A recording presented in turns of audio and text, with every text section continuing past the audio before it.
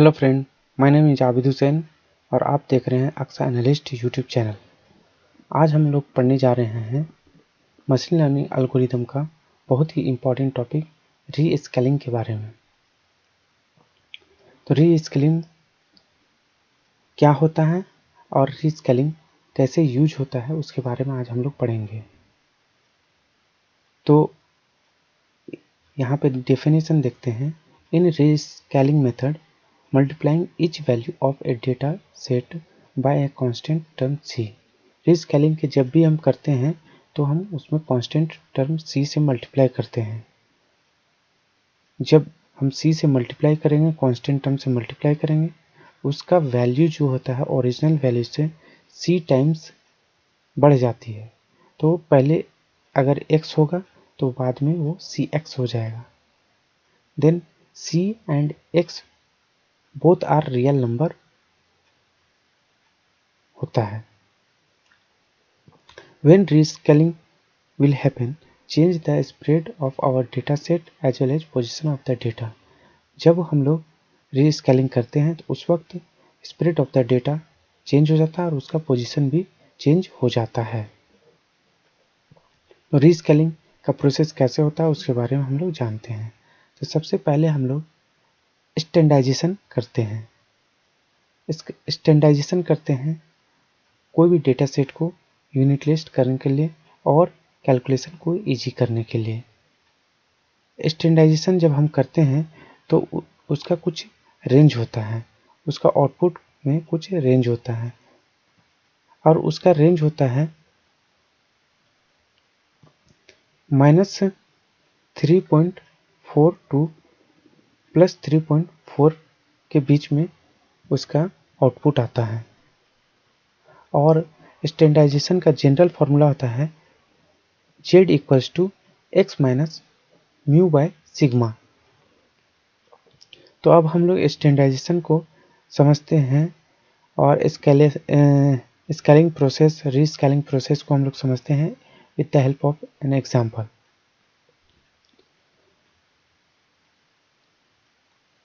तो यहाँ पे देख सकते हैं z equals to x minus mu by sigma होता है और सिग्मा का फॉर्मूला होता है under root summation of x minus mu का whole square divided by n। इस तरह से हम ये जनरल फॉर्मूला है और अब हम लोग स्केलिंग के बारे में with the help of example समझते हैं। एक एग्जांपल लेते हैं हम। ये मेरा डेटा सेट है, ये डेटा सेट है, इंडियन रुपीज़ में लिए हैं। 10 डेटा सेट है, 75 से 750 तक है। ये डेटा सेट को हम जब समेशन करके इसका एवरेज निकालते हैं तो 412.5 आता है। एवरेज करके एवरेज हमको निकालने का रिक्वायरमेंट इसलिए हो जाता है कि मेरा जनरल फार्मूला है x माइनस म्यू। x मेरा यहाँ गिवन है, म्यू एवरेज होता है, तो एवरेज हमको निकालना ज़रूरी है। अब बच गया सिग्मा। तो सिग्मा निकालने के लिए सिग्मा का जनरल फार्मूला होता है और उसका फार्मूला है x under root summation of x minus mu का स्क्वायर डिवाइडेड बाय n। अब x मेरा पास है, अब मुझे निकालना है x माइनस म्यू। तो x माइनस म्यू निकालने के लिए मेरे पास म्यू भी है अवेलेबल, तो हम x माइनस म्यू आसानी से निकाल सकते हैं। तो यहाँ पे से x ले लेंगे और यहाँ मेरा म्यू है, तो दोनों को माइनस कर देंगे तो यहाँ पे मेरा x माइनस म्यू का वैल्यू पुट आ जाएगा। तो उसी तरह हम x1 के लिए, x2 के लिए, x3 के लिए, सभी डेटा के लिए हम निकाल लेंगे। जब मेरा x माइनस म्यू निकल जाएगा तो हम x माइनस म्यू स्क्वायर की तरफ जाएंगे। तो x माइनस म्यू स्क्वायर हम यहाँ निकालेंगे। तो x माइनस म्यू x1 के लिए निकालेंगे, x2 के लिए निकालेंगे, उस same as it is x10 के लिए निकालेंगे। जब x माइनस म्यू का स्क्वायर निकल जाएगा तो हम उसको summation of x minus mu करेंगे। Summation of x minus mu, summation of x minus mu करेंगे तो उसका वैल्यू मेरा यहाँ पे है, उसका आउटपुट निकला हुआ है। अब हम लोग आगे पढ़ते हैं। तो अब जब हम summation of x minus mu निकालनी है, स्क्वायर निकालनी है, तो हम सिग्मा आसानी से हम निकाल सकते हैं, क्योंकि x भी मेरे पास अवेलेबल हो गया है, x म्यू भी अवेलेबल हो गया है, और n भी मेरे पास अवेलेबल है।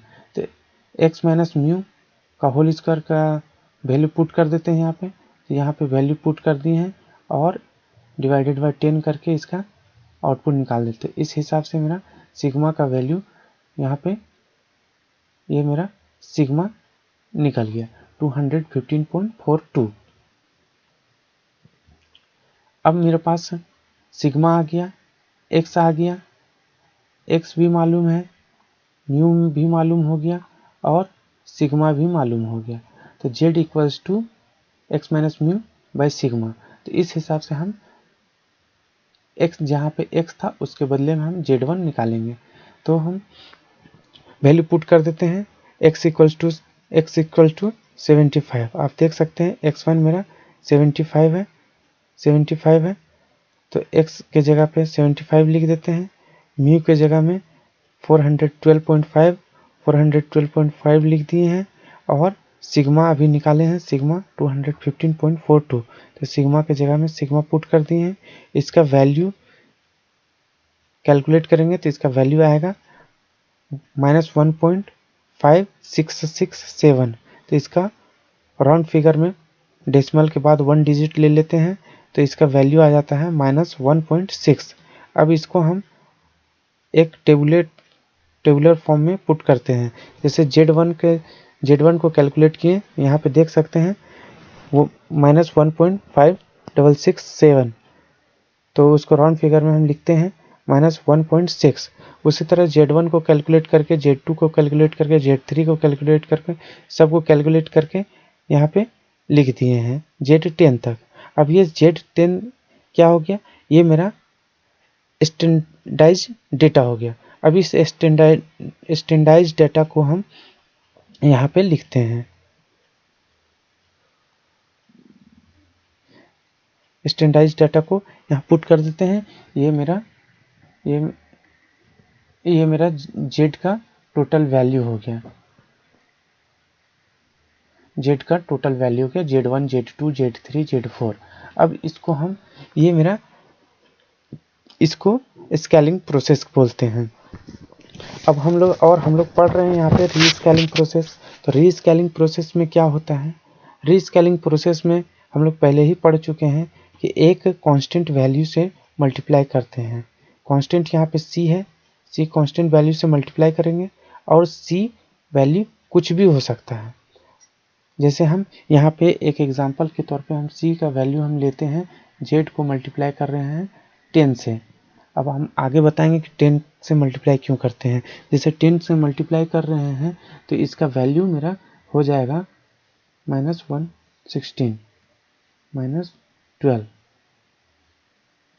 -9, -5, -2, 2, 5, 9, 1 to 16। कोई भी कांस्टेंट हम इस हिसाब से लेते हैं कि उसका मल्टीप्लिकेशन के बाद आउटपुट जो आएगा वो एक सिंगल वैल्यू होल नंबर में बन जाएगा, होल वैल्यू हो जाएगा, होल नंबर। जैसे 1.6 है तो वहाँ 16 हो गया, मीन्स ऐसा हो गया जैसे कोई भी डेसिमल नंबर रहता है तो उसको कैलकुलेट करने में डिफ़िकल्ट होता है, चाहे मल्टीप्लिकेशन हो, एडिशन हो, सब्ट्रैक्शन हो, डिवीजन हो, इसको कैलकुलेशन में प्रॉब्लम क्रिएट होता है। तो और होल नंबर जो भी रहता है, जैसे 9 और 5 को मल्टीप्लाई करेंगे 45 तुरंत लिख सकते हैं, सडन लिख सकते हैं। सेम थिंग होल नंबर में सभी नंबर पे होते हैं, तो उसको होल नंबर में कन्वर्ट कर दिए। तो जिस तरह से ये होल नंबर को कन्वर्सन प्रोसेस जो होता है और कैलकुलेशन को ईजी होता है, इस प्रोसेस को रीस्केलिंग प्रोसेस बोलते हैं। और रीस्केलिंग प्रोसेस में एक और बात यहाँ पे कहा गया था, When rescaling will happen, जब rescaling होता है तब spread of our data set change the spread of the data set and position। तो जब पोजीशन इस तरह से spread of the data change हो जाएगा और पोजीशन भी चेंज हो जाएगा। तो वो कैसे चेंज होता है, जैसे आप एक एग्जांपल के डायग्राम के हिसाब से समझते हैं। जैसे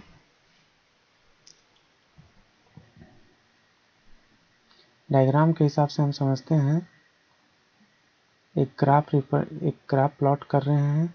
जैसे यहाँ पे समझ लीजिए -1.6 है, ये स्टैंडर्डाइज वैल्यू है, और अभी वही -16 आ गया है। तो ये वैल्यू हम कहीं इधर पुट करेंगे। तो पहले क्या होता था, जब सिर्फ स्केलिंग किए थे तो 1.6 में वैल्यू को पुट कर रहे थे, लेकिन बाद में जब उसको रीस्केलिंग किए तो वही वैल्यू -16 हो गया। तो -16 के पास में पहुंचे, मीन्स पॉइंट यहाँ से शिफ्ट होकर के यहाँ आ गया। तो इस तरह जो प्रोसेस होता है उसको रीस्केलिंग प्रोसेस बोलते हैं। आपको ये वीडियो कैसा लगा कमेंट में कमेंट करके बताएं, और अच्छा लगा तो लाइक करें, शेयर करें और चैनल को सब्सक्राइब करें। Thank you so much.